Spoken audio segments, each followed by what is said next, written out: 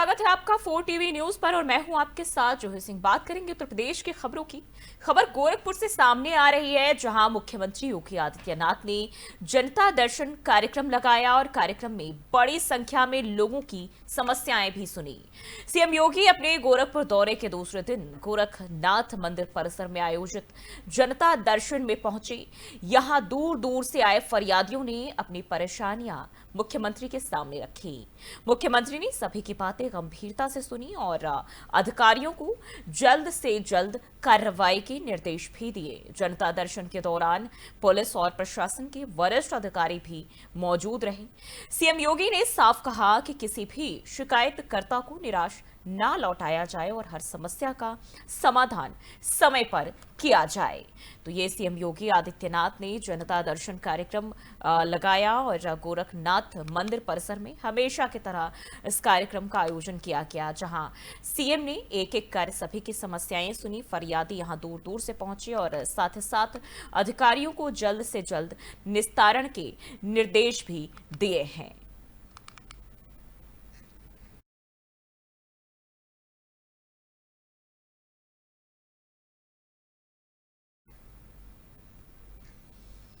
और लखनऊ से खबर सामने आ रही, जहां सीएम योगी आदित्यनाथ ने अखिलेश यादव को जन्मदिन की बधाई दी है। मुख्यमंत्री योगी आदित्यनाथ ने अपने एक्स पर पोस्ट किया और सपा प्रमुख अखिलेश यादव को जन्मदिन की शुभकामनाएं दी है। तो लखनऊ से ये सियासी गलियारों में ये एक कह सकते हैं एक और दिलचस्प खबर, जब मुख्यमंत्री योगी आदित्यनाथ ने समाजवादी पार्टी के अध्यक्ष अखिलेश यादव को उनके जन्मदिन पर बधाई दी है। सीएम योगी ने सोशल मीडिया प्लेटफॉर्म एक्स पर पोस्ट कर लिखा कि अखिलेश यादव जी को जन्मदिन की हार्दिक बधाई। तो अपने ट्वीट के जरिए मुख्यमंत्री योगी आदित्यनाथ ने सपा प्रमुख को जो है जन्मदिन की बधाई दी है। अखिलेश यादव को जन्मदिन की बधाई दी।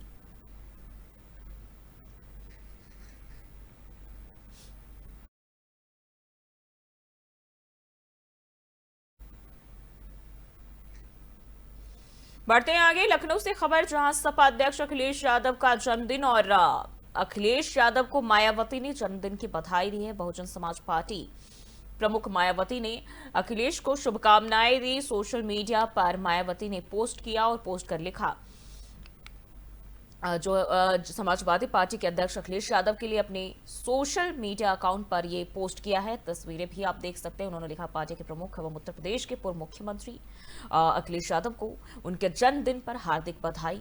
साथ ही साथ उनके दीर्घायु होने के साथ उनके सुखी जीवन की कामना की है। तो अखिलेश यादव के जन्मदिन है और लगातार उन्हें बधाइयां मिल रही है। बहुजन समाज पार्टी प्रमुख मायावती ने भी अखिलेश यादव को उनके जन्मदिन पर शुभकामनाएं दी है। मायावती ने सोशल मीडिया प्लेटफॉर्म एक्स पर पोस्ट कर अखिलेश यादव के अच्छे स्वास्थ्य और दीर्घायु जीवन की कामना की है। वहीं सपा कार्यकर्ता भी अपने नेता का जन्मदिन बड़े ही धूमधाम से मनाने की तैयारी में है।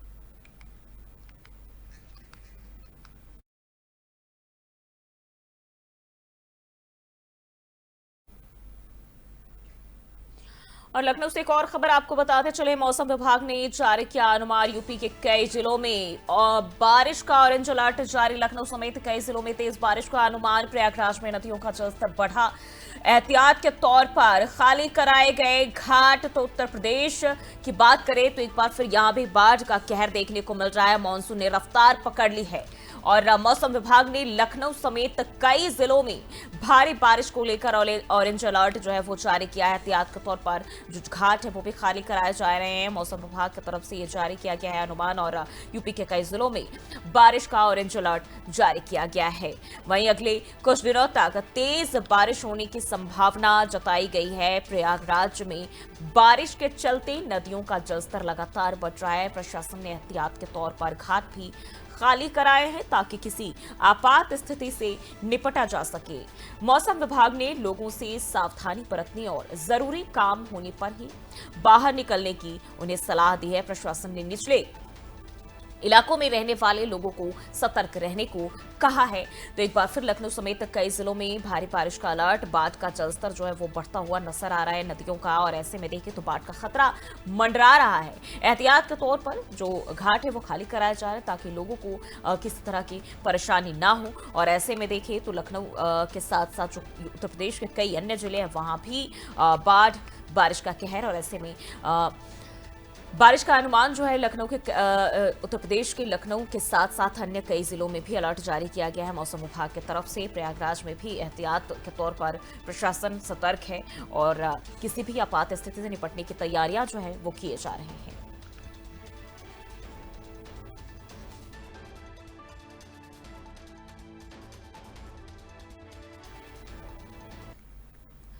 और अलीगढ़ के गांधी पार्क थाना क्षेत्र के नौरंगाबाद जीटी रोड पर उस वक्त हड़कंप मच गया जब महाजन फोरम हाउस में अचानक भीषण आग लग गई। आग लगने की वजह शॉर्ट सर्किट बताई जा रही है और देखते ही देखते आग ने विकराल रूप ले लिया और करीब 20 लाख रुपए का सामान जलकर खाक हो गया। वहीं घटना की सूचना मिलते ही दमकल विभाग की 3 गाड़ियां मौके पर पहुंची और कड़ी मशक्कत के बाद आग पर काबू पाया। पुलिस ने भी मौके पर पहुंचकर हालात संभाले और इलाके को खाली कराया गया। हादसे में किसी के भी हताहत होने की फिलहाल कोई खबर नहीं मिली है। तो महाजन फोरम हाउस में भीषण आग, अलीगढ़ से ये खबर आपको बताते चले।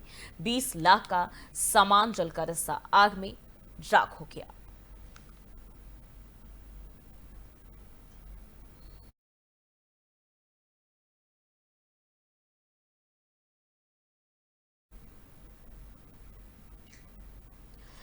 लखनऊ से खबर बताते चले जहां से ओला उबर टैक्सी चालकों की हड़ताल। ओला उबर और चालकों ने कई मांगों को लेकर हड़ताल जो है वो शुरू कर दी है। रोड किराया बढ़ाने और इंसेंटिव वीकली बोनस की मांग कर रहे हैं। टैक्सी ड्राइवरों का आरोप है कंपनियां नहीं दे रही उचित लाभ। हड़ताल से राजधानी में यात्रियों को दिक्कत हो रही है।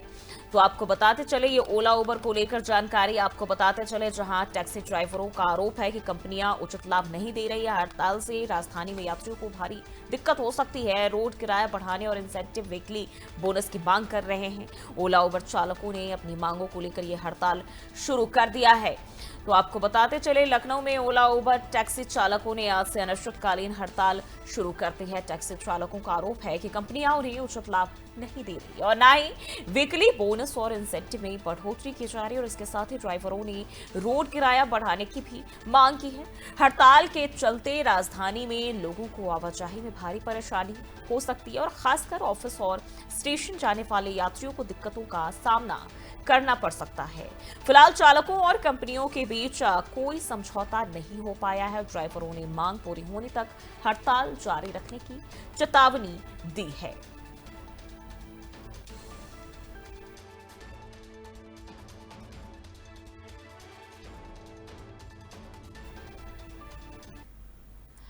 प्रयागराज से खबर सामने आ रही है। एसआरएन अस्पताल में अव्यवस्था, बदहाली का मामला। इलाहाबाद हाई कोर्ट में आज महत्वपूर्ण सुनवाई। एसआरएन अस्पताल में अव्यवस्था, बदहाली का मामला और इलाहाबाद हाई कोर्ट में आज महत्वपूर्ण सुनवाई बताई जा रही। कोर्ट में पेश होंगे प्रमुख सचिव चिकित्सा शिक्षा। अस्पतालों की समग्र स्थिति के बारे में बताएंगे। जस्टिस रोहित रंजन अग्रवाल की बेंच में सुनवाई। 2 बजे मामले को लेकर सुनवाई होगी। प्रयागराज के एसआरएन अस्पताल में अव्यवस्था और बदहाली के मामले को लेकर आज इलाहाबाद हाईकोर्ट में अहम सुनवाई होगी। अस्पताल में बदहाल व्यवस्थाओं पर दायर याचिका पर जस्टिस रोहित रंजन अग्रवाल की बेंच दोपहर 2 बजे सुनवाई करेगी और इस दौरान प्रमुख सचिव चिकित्सा शिक्षा कोर्ट में पेश होंगी और अस्पतालों की समग्र स्थिति पर रिपोर्ट देंगी। एसआरएन अस्पताल में मरीजों को मिल रही खराब सुविधाओं और अव्यवस्था को लेकर लगातार शिकायतें मिल रही थी और अब हाई कोर्ट ने इस मामले को गंभीरता से लेते हुए सरकार से जवाब तलब किया है। अदालत के फैसले से अस्पताल प्रबंधन में बड़ा बदलाव संभव माना जा रहा है।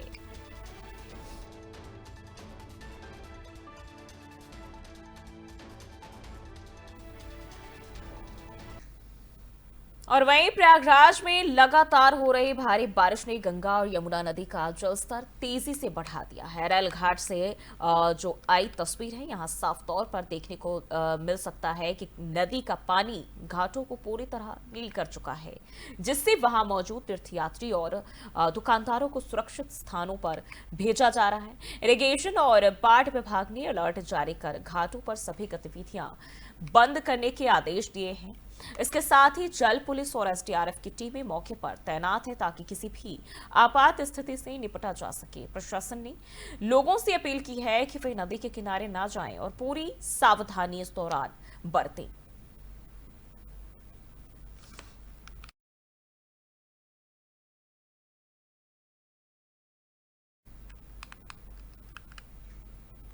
और प्रयागराज के करछना हिंसा मामले में ये बड़ी अपडेट आपको बता रहे हैं। पुलिस ने बड़ी कार्रवाई की है और अभी तक 54 नामजद और 550 अज्ञात उपद्रवियों के खिलाफ केस दर्ज किया गया है। इस हिंसा में कुल 75 आरोपियों को गिरफ्तार किया जा चुका है, जिनमें कई स्थानीय लोग भी शामिल हैं।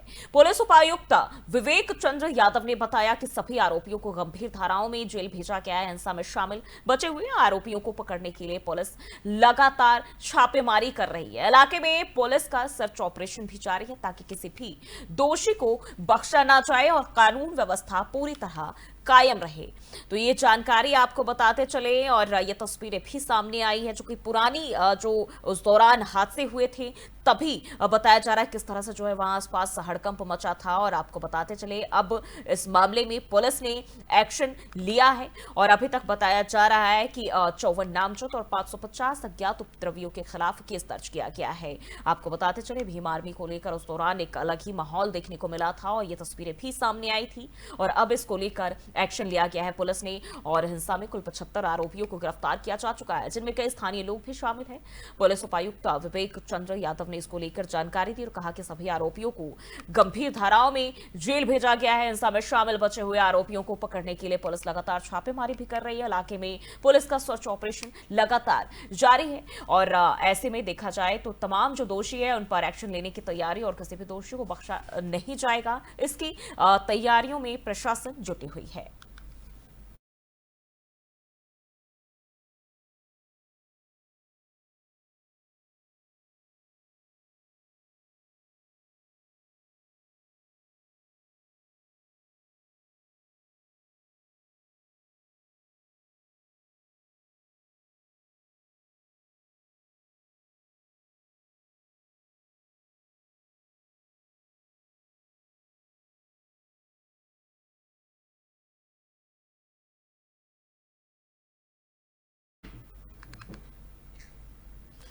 और वहीं नोएडा फेज 2 पुलिस ने बड़ी कामयाबी हासिल करते हुए गांजे की तस्करी करने वाले एक अंतर्राज्यीय गैंग का पर्दाफाश किया है।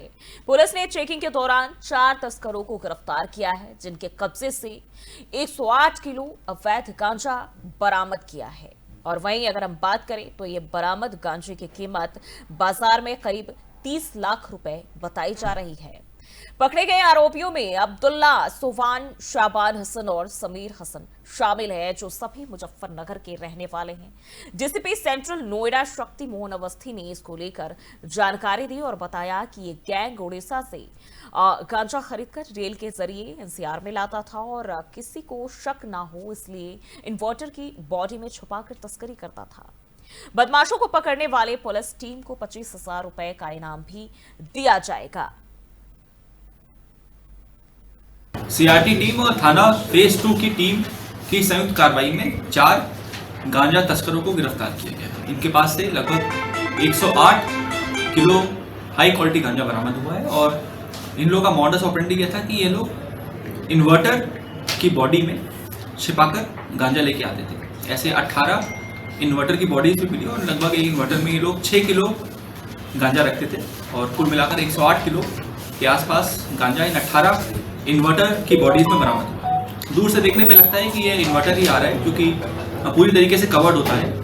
इन्वर्टर रखने का उद्देश्य ये रहता है कि एक तो स्टील से बना होता है तो उसमें वेल पैक्ड होता है और उसमें स्मेल नहीं आती है गांजा की, और उससे लोग काफ़ी कायदे से पैक करते हैं। और उसके बाद ये लोग उड़ीसा से रेलवे के माध्यम से ये लोग ऐसे रेलवे स्टेशनों पर उतरते हैं जहाँ पर फ्रिस्किंग नहीं होती, चेकिंग नहीं होती, और वहाँ से उतरने के बाद ये लोग लोकल वेंडर्स को लोकल स्तर पर ये लोग इस गांजे को नोएडा एनसीआर के अलग अलग क्षेत्रों में डिस्ट्रीब्यूट करते हैं। इसमें टोटल 4 लोगों की गिरफ्तारी सुनिश्चित की गई है, जिसमें इनका जो गैंग लीडर है उसका नाम अब्दुल्ला है और उसके साथ इनके 3 अन्य साथियों की गिरफ्तारी सुनिश्चित की गई है। इस पूरे गांजे की अनुमानित कीमत लगभग 30 लाख के आसपास की है। सीआरटी टीम और थाना फेज 2 की टीम की संयुक्त कार्रवाई में 4 गांजा तस्करों को गिरफ्तार किया गया। इनके पास से लगभग 108 किलो हाई क्वालिटी गांजा बरामद हुआ है और इन लोग में गांजा तस्करी करने वाले 4 अपराधियों को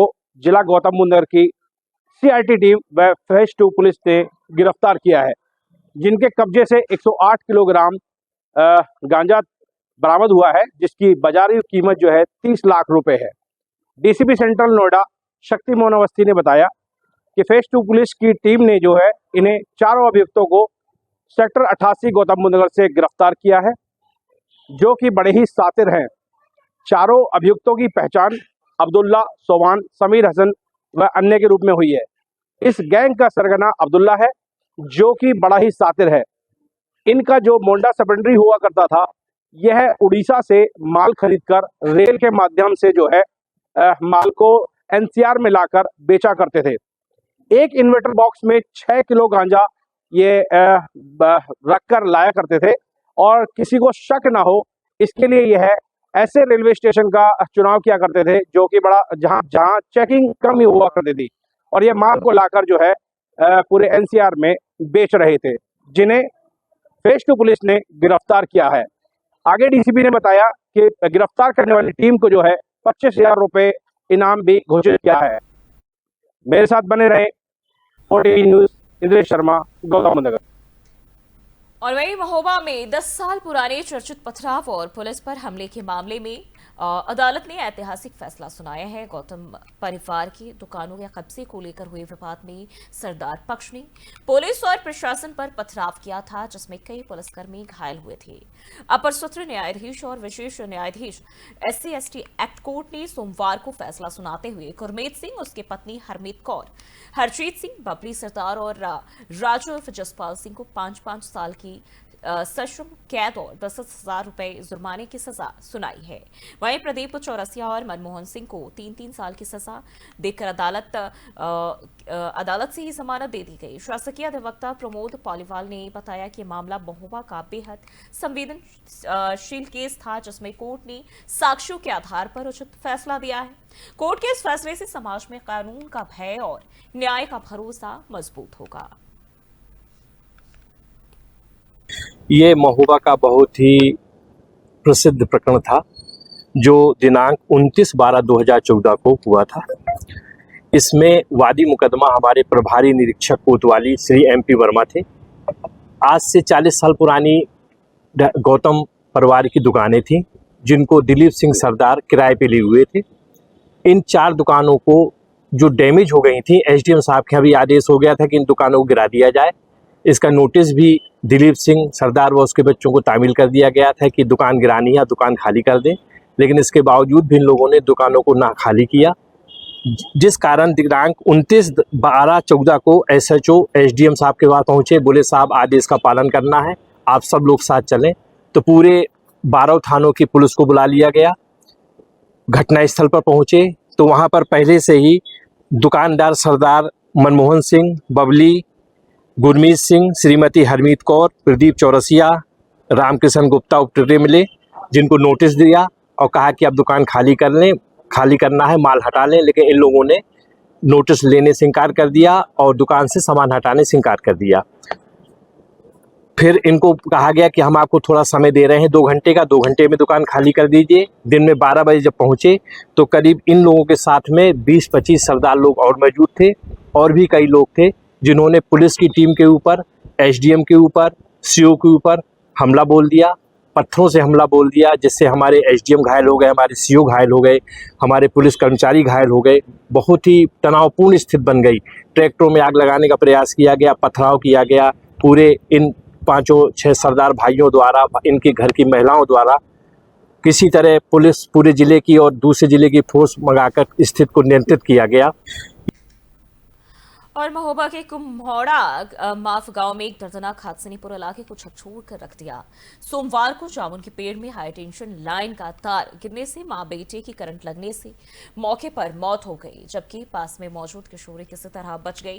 किशोरी पेड़ पर जामुन तोड़ रही थी और तभी ऊपर से गुजर रही हाई टेंशन लाइन का तार टूटकर गिर पड़ा और पूरा पेड़ करंट से भर गया। किशोरी को बचाने दौड़ी 60 साल की रानी खुद करंट की चपेट में आ गई और उन्हें बचाने पहुंचे उनका बेटा राकेश भी झुलस गया। दोनों की मौके पर ही मौत हो गई। गांव में मातम का माहौल है, परिजनों का रो रो कर बुरा हाल है। परिजनों और ग्रामीणों ने बिजली विभाग पर लापरवाही का आरोप लगाते हुए कहा कि पहले भी झूलती लाइन हादसों का कारण बन रही है और ऐसे में कोई कार्रवाई अभी तक नहीं की गई। हादसे के बाद पुलिस ने शव को पोस्टमार्टम के लिए भेज दिया है। ग्रामीणों ने अब हाई टेंशन लाइनों को सुरक्षा के उनको लेकर जो है सुरक्षा के पुख्ता इंतजाम करने की मांग की है।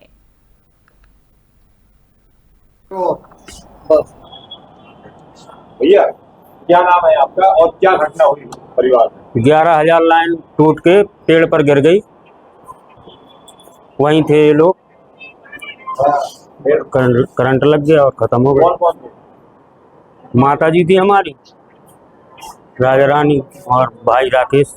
करंट लग गया सर, 11,000 वोल्टेज का तार टूट गया था, जिसकी वजह से जामुन के पेड़ में करंट आ गया तो उन लोगों को करंट लग गया। एक को बचाने के लिए एक गया तो पहले माता गई, इसके बाद बेटे को भी करंट लग गया। दोनों के यहाँ पे हॉस्पिटल में आए तो मृत घोषित कर दिया। हाँ, एक दुर्घटना हुई है, काफी गंभीर हालत में 2 लोगों को लाया गया था। एक बुजुर्ग महिला है, एक नवयुवक है। जब दोनों का चिकित्सकीय परीक्षण किया गया तो दोनों को मृत घोषित किया गया है। परिजनों द्वारा बताया गया है कि कुछ बच्चे जामुन तोड़ रहे थे, उसमें करंट का प्रवाह था, कोई नंगा तार गया था बिजली का और बच्चे उसके करंट की चपेट में आ गए। बच्चों को बचाने के चक्कर में एक बुजुर्ग महिला पहले आई, फिर सारे लोग चपेट में आ गए तो बुजुर्ग महिला का लड़का, जैसा कि परिजनों द्वारा बताया गया है, वो भी चपेट में आ गया है। फिलहाल बच्चों को तो बचा लिया गया, लेकिन बुजुर्ग महिला और इस नवयुवक की मौत हो गई है। और लखीमपुर खीरी जिले के पलियानगर में हुई मूसलाधार बारिश ने नगर पालिका प्रशासन के दावों की पोल खोल कर रख दी है। देर रात से ही हो रही बारिश के बाद नगर का हाल टापू के जैसा हो गया है। मोहल्ला इकराम नगर, मेहगिरान और रंग रेजान समेत कई इलाकों में सड़कों और गलियों में नालियों का गंदा पानी भर गया है। सफाई और जल निकासी की समुचित व्यवस्था न होने से गंदा पानी अब लोगों के घरों और दुकानों में घुसने लगा है। नगरवासियों ने नगर पालिका प्रशासन के खिलाफ नाराजगी जाहिर की। जिलाधिकारी दुर्गा शक्ति नागपाल ने पहले ही अधिकारियों को साफ सफाई के निर्देश दिए थे, लेकिन नगर पालिका पर ये आदेश बेअसर दिखा। लोगों का आरोप है कि सड़कों को ऊंचा बना दिया गया, जिससे घर निचले हो गए और पानी भी भरने लगा। इसके साथ ही तालाब और खंतियों पर अतिक्रमण ने हालात और बिगाड़ दिए। लोग अब प्रशासन से जल्द समाधान की मांग कर रहे हैं। हमारे मोहल्ले में जहाँ पर देखा जाए तो एक तरफ देख सकते हैं आप कितना पानी भरा हुआ है और शायद ही नगर पालिका द्वारा कि मतलब कोई भी ऐसा क्षेत्र बाकी नहीं है जहाँ पर जल भराव की समस्या ना हुई हो। पहली बारिश में ही पूरा सब जगह रोड जो है लबालब भरी हुई है। यह देख रहे हैं आप, इधर वाल देखिए पहले आप, पानी कितना घर के अंदर भरा है और बाहर कितना भरा हुआ है। और पूरे में जो है पानी हम लोग तो नीचे में गड्ढे में हो गए ना, क्योंकि सब जगह की सड़कें तो बन गई हैं। हम लोग जहाँ की सड़कें नहीं बन रही इधर की। दिक्कत तो यही है हमें सबसे ज़्यादा ना, पहली बारिश हुई अभी है। बनने से यहाँ पे पानी भरा, दुकान में बैठे हैं, यहाँ पे पानी में घुसे हुए। क्या हर साल ये पानी आता है? हर साल पानी आता है ये हर साल यहाँ पे दुकान के अंदर देखो कितना पानी भरा हुआ है।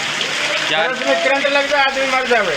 हमारे मोहल्ले में और जालौन के जिला मुख्यालय उरई में तेज बारिश ने नगर पालिका के दावों की पोल खोल कर रख दी है और यहाँ भी आबकारी विभाग का कार्यालय पानी से लबालब देखा गया और देखते ही देखते पूरा दफ्तर स्विमिंग पूल में तब्दील हो गया।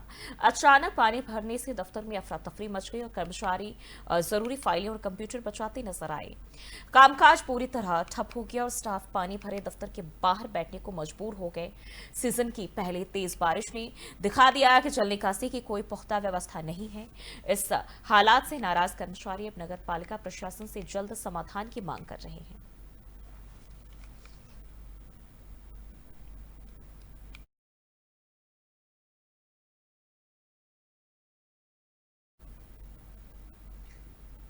जालौन में विद्युत विभाग की बड़ी लापरवाही के चलते एक दर्दनाक हादसा सामने आया। कोंच कोतवाली क्षेत्र की नदी गांव रोड पर एक व्यक्ति के ऊपर हाई टेंशन लाइन का तार टूट कर गिर गया, जिससे करंट लगने से मौके पर ही उसकी मौत हो गई। बताया जा रहा है कि विद्युत पोल में फॉल्ट आने पर दुकानदार ने विभाग के अधिकारियों को फोन कर बिजली सप्लाई बंद कराने की भी गुहार लगाई थी, लेकिन बावजूद इसकी सप्लाई बंद नहीं किया गया। लापरवाही के चलते एक परिवार का चिराग बुझ गया। घटना के बाद मौके पर पहुंचे पुलिस ने शव को कब्जे में लेकर कार्रवाई शुरू कर दी। स्थानीय लोगों ने विभाग की लापरवाही पर कड़ी नाराजगी जताई और दोषियों पर सख्त कार्रवाई की मांग की है। बाबू पैलेस के ठीक सामने नदीगांव रोड कोच पर मैंने आज से होगा कि पोल पे सबसे पहले लाइन सप्लाई उठा रहे थे तो मैंने कोच पावर हाउस को फोन लगाया तो कोच पावर हाउस का फोन लगा नहीं है। फिर मैंने राजकुमार लाइट को लगाया, राजकुमार लाइट का भी नहीं लिया। तो मेरे पास एक और कंट्रोल रूम का फोन है, तो मैंने कंट्रोल रूम पे फोन लगाया, तो वहाँ पे मैंने एड्रेस में लिखवाया कि भैया आप लोग सप्लाई बार बार उठा रहे हैं, यहाँ पे बार बार फॉल्ट हो रहा है, जो विद्युत का जो लोहे वाला पोल लगा हुआ है तो उसमें बार बार फॉल्ट हो रहा है, किसी मतलब हादसा भी हो सकता है, तार नीचे गिर पड़े। तो लगभग मैंने कंप्लेंट के लिए आधा घंटा के पहले फोन लगाया था, फिर उन्होंने आधा कंप्लेंट करने के बाद उन्होंने मेरा नाम भी लिखा, जितन कुशवाहा, कंप्लेंट लिखवाई, मेरा सारा मोबाइल नंबर भी वहाँ पे, और इसके बाद में आधे घंटे बाद उन्होंने फिर सप्लाई की। सप्लाई करने के बाद उन्होंने फिर फॉल्ट हुआ, फटाक से 11,000 के नीचे तार आ गया और लोगों की मृत्यु हो गई। यूपी के हमीरपुर जिले में यमुना और बेतवा नदी का जलस्तर लगातार बढ़ रहा है। लहचूरा बांध से पानी छोड़े जाने के बाद नदियों के किनारे की सब्जियों की फसलें डूबने लगी है, जिससे किसानों को नुकसान भी झेलना पड़ रहा है। हालांकि फिलहाल दोनों नदियां खतरे के निशान के नीचे हैं, लेकिन जिला प्रशासन ने बाढ़ से निपटने के लिए पूरी तैयारी कर ली है। हमीरपुर में करीब 193 गांवों की खेती पर बाढ़ का असर पड़ सकता है। वहीं 114 गांव बाढ़ प्रभावित क्षेत्र में आते हैं, जिनमें से 34 गांव अति संवेदनशील घोषित है। प्रशासन ने तटबंधों की मरम्मत कराई है और 36 चौकियां बनाकर निगरानी तेज कर दी गई है। विभाग ने लोगों से सतर्क रहने की अपील की है, ताकि किसी भी आपात स्थिति से समय रहते निपटा जा सके। हमीरपुर के अंतर्गत हमीरपुर में एक यमुना और बेतवा रिवर है, तो दोनों रिवर पे हमारी गेज साइड वहाँ पे डिस्चार्ज ऑब्जर्वेशन, गेज ऑब्जर्वेशन होता है। बाढ़ जैसे हर हावरली डाटा जाता है मानसून में, क्योंकि कभी भी अगर पानी बढ़ता है तो हम टाइमली मौदा डैम वालों को, डीएम सर को और अपने हायर अथॉरिटी को सूचित करते हैं। तो फिलहाल के इस बुलेटिन में बस इतना ही। देश और दुनिया की तमाम खबरों के लिए देखते रहिए 4 TV न्यूज़।